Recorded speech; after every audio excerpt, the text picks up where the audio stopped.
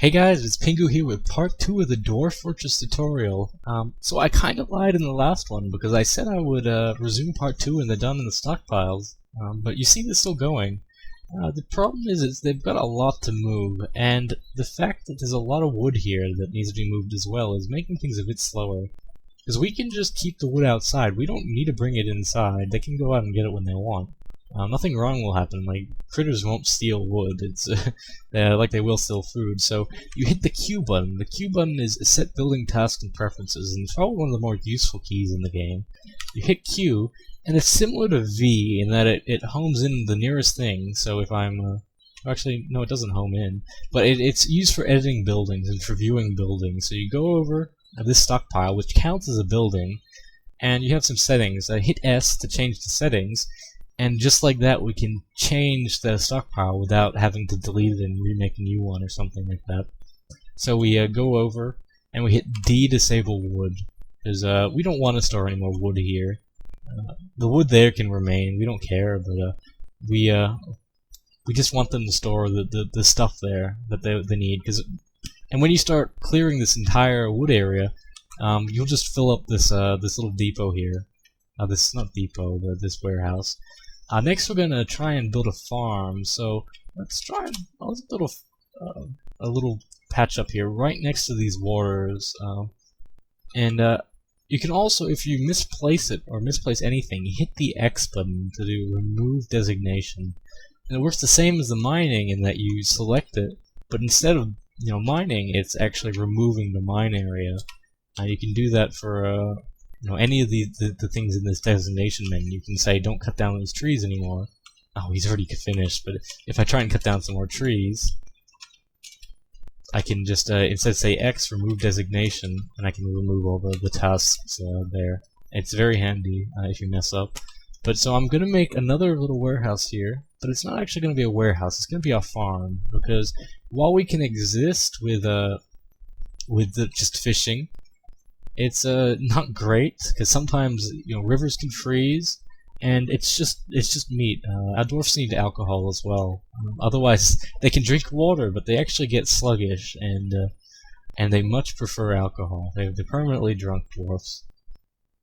So what we're going to do is set up a little farming area and start producing some crops so we can turn it into alcohol or even food.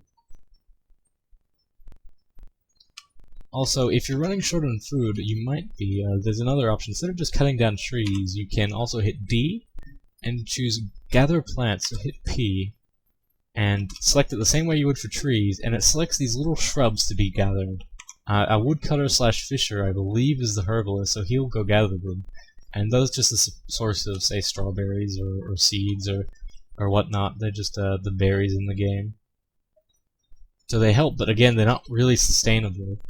Trees and shrubs will take a little bit of time to grow back, and you can only get so far with fish, so you need to kind of be contained underground. After all, you're a dwarf, you want to stay as underground as possible, because if you come up, you're just making yourself vulnerable to any attacks later on in the game. And you may have noticed that some of the dwarfs have flashing blue down arrows on them. I'll show it when it happens again, but it means they're thirsty. Any sort of the down arrows means they're unhappy, but specifically the blue one is thirsty, and you can have red ones just generally upset, and I think white is hungry.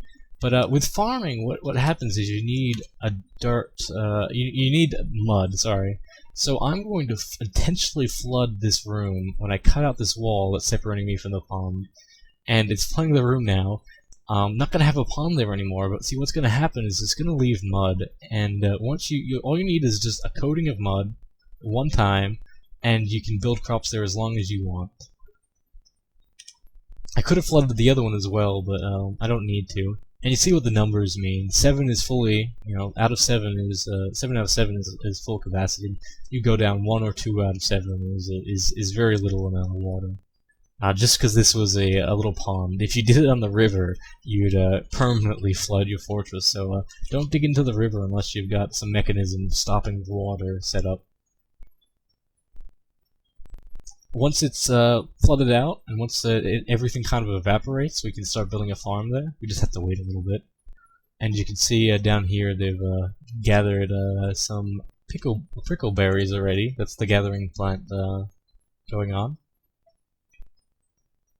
And we're still getting those refuse. The cats are dumping these purple skeletons all over the place. It's the problem with cats. While they kill the vermin, that's great, they also dump them wherever they want.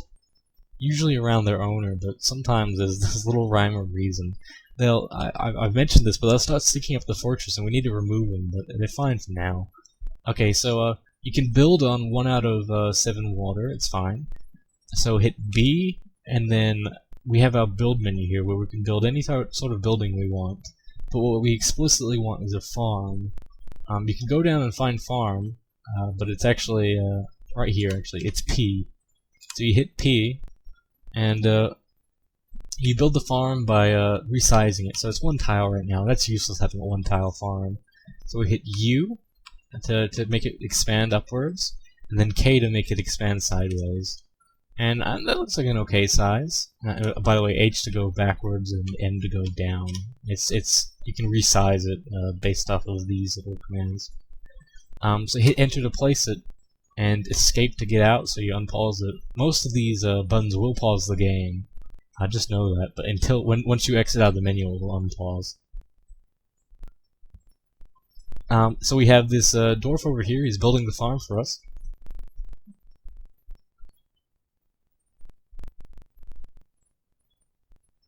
And just like that, the farm's built. If you didn't have any mud here, it would give you an error, or you couldn't place it. But now that we do have mud, we can define what we want to grow here. You have an option of what you want to plant per season. So in spring we want to plant something, in summer plant something, in autumn plant something, winter plant something. It can change between them with A, B, C, D. So in spring we want to go down and plant plump helmets. So hit enter on that.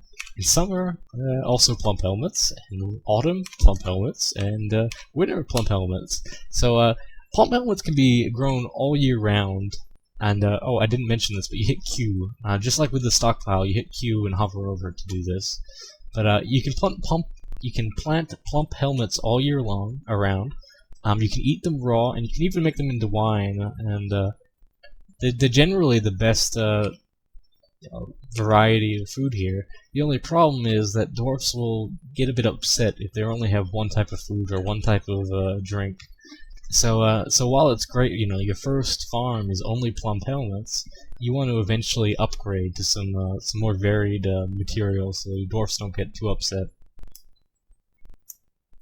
You see, the farmer's already planting the seeds. That's what it looks like when he's planted it. And he's going to continue that. I think we only have 5 seeds by default, but once you eat the produce, it produces more seeds. Or if you brew it, it also does something similar. For now, let's just quickly make another little room here, right next to it. Maybe a bit wider, and maybe a 1 tile bigger or something. We'll connect it to each of the rooms, and part 3 will start when this room is done being excavated, and I will see you then.